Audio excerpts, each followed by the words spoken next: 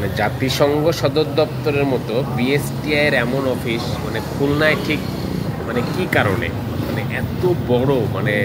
মানে জাঁকজমকপূর্ণ অফিসের প্রয়োজনটা আসলে কি মানে কতজন কর্মকর্তা কর্মচারী এই অফিসে কর্মরত যে এরকম একটি অফিস লাগবে এই প্রকল্পটি আসলে কেন হাতে নেওয়া হয়েছিল কে হাতে নিয়েছিল এর বাজেট কত ছিল বাজেট বরাদ্দ কত ছিল কন্ট্রাক্টর কে ছিল মানে একটা ভয়ানক লুটপাটের সম্ভাবনা এখানে হয়েছে ধারণা করাই যায় আর বিএসটিআই যেটা করে কিভাবে লাইসেন্স দেয় কত টাকা ঘুষ খায় এগুলো কিন্তু জানা আছে আমাদের আমরা এগুলো জানি